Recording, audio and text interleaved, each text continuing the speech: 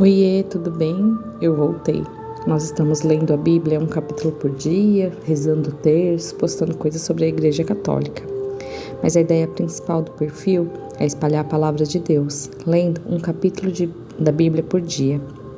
Nós começamos pelo Evangelho de Marcos, já lemos ele todo, estamos no Evangelho de Lucas, no capítulo 7. Jesus cura o servo do centurião.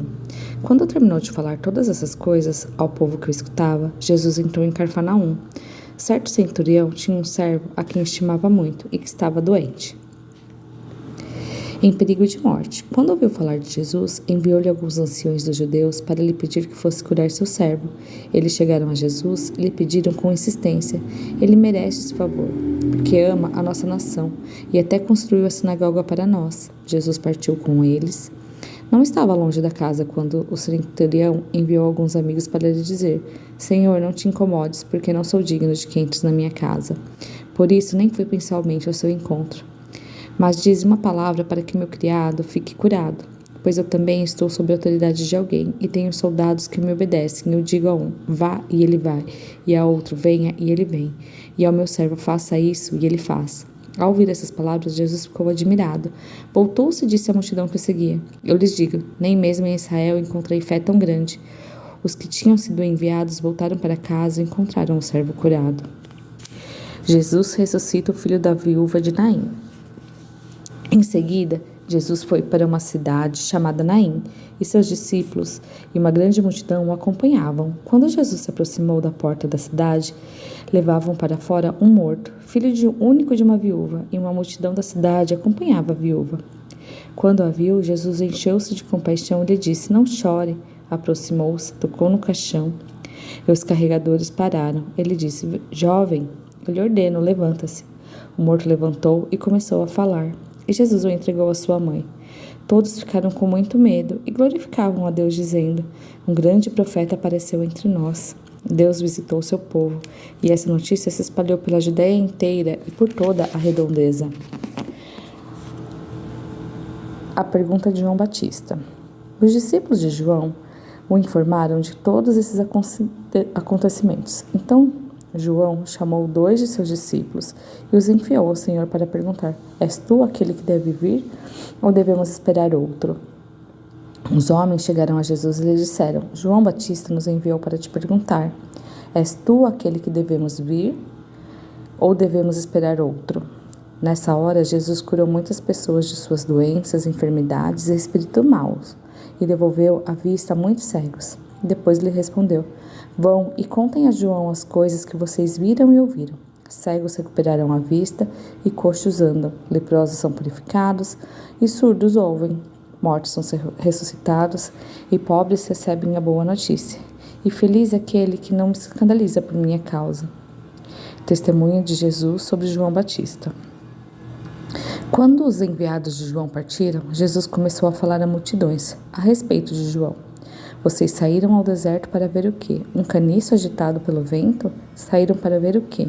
Um homem vestido com roupas finas? Mas os que usam roupas finas e vivem no luxo estão nos palácios de reis. Então saíram para ver o quê? Um profeta? Sim, eu lhes digo, e muito mais que um profeta. É dele que está escrito: eis que envio à frente de você o meu mensageiro. Ele prepara o caminho na sua frente. Eu lhes digo, entre os nascidos de mulher, ninguém é maior do que João. No entanto, o menor do reino de Deus é maior do que ele. Todo o povo que escutou e os cobradores de impostos reconheceram a justiça de Deus e receberam o batismo de João. Mas os fariseus e mestres recusaram ser batizados por João e desprezaram os planos de Deus a respeito deles. A quem vou comparar as pessoas dessa geração? Com quem se parecem? São como crianças sentadas na praça que gritam para as outras: Tocamos flauta para vocês e vocês não dançam. Cantamos lamentações e vocês não choram. Porque veio João Batista, que não comia pão nem bebia vinho, e vocês dizem: ele tem um demônio. Veio o Filho do Homem, que come e bebe, e vocês dizem: eis um comilão e beberrão, amigo de cobradores de impostos e pecadores. No entanto, a sabedoria é justificada por todos os seus filhos. O amor da pecadora perdoada. Um fariseu convidou Jesus para comer com ele. Jesus entrou na casa e os fariseus se pôs à mesa. E eis que uma mulher conhecida na cidade como pecadora soube de Jesus estava na mesa na casa do fariseu. Ela chegou com um frasco de alabastro cheio de perfume. Ficou por detrás dos pés de Jesus e chorava. Com as lágrimas começou a banhar os pés de Jesus, a enxugá-lo com os cabelos, e cobrir de beijos os pés dele e ungí-lo com perfume. Quando viu isso, o fariseu que tinha convidado Jesus começou a pensar: se esse homem fosse profeta, saberia quem está tocando nele e que tipo de mulher é essa, pois é uma pecadora. Jesus então lhe disse: Simão, tem uma coisa a lhe dizer. Ele respondeu: Fala, mestre. Disse Jesus: Certo credor tinha 2 devedores. Um devia 500 moedas de prata e o outro 50. Como eles não tinham com que pagar, ele perdoou a dívida dos 2. Qual deles o amava mais? Simão respondeu: Suponho é aquele quem perdoou mais. Jesus disse: Você julgou certo. E voltando para a mulher, disse a Simão: Você está vendo essa mulher? Entrei em sua casa e você não me ofereceu lá água para lavar os pés. Mas ela lavou com lágrimas e o secou com os cabelos. Você não me deu um beijo de saudação, mas ela não para de beijar meus pés desde que entrei aqui. Você não derramou óleo em minha cabeça, mas ela ungiu meus pés com perfume. Por isso eu lhe digo, os muitos pecados dela estão perdoados, pois ela muito amou. Mas aquele a quem pouco foi perdoado, pouco ama. E disse a ela: Seus pecados estão perdoados. Os que estavam à mesa começaram a comentar entre si: Quem é esse que até os pecados... Quem é esse que até perdoa pecados? Então Jesus disse à mulher: Sua fé a salvou, vá em paz.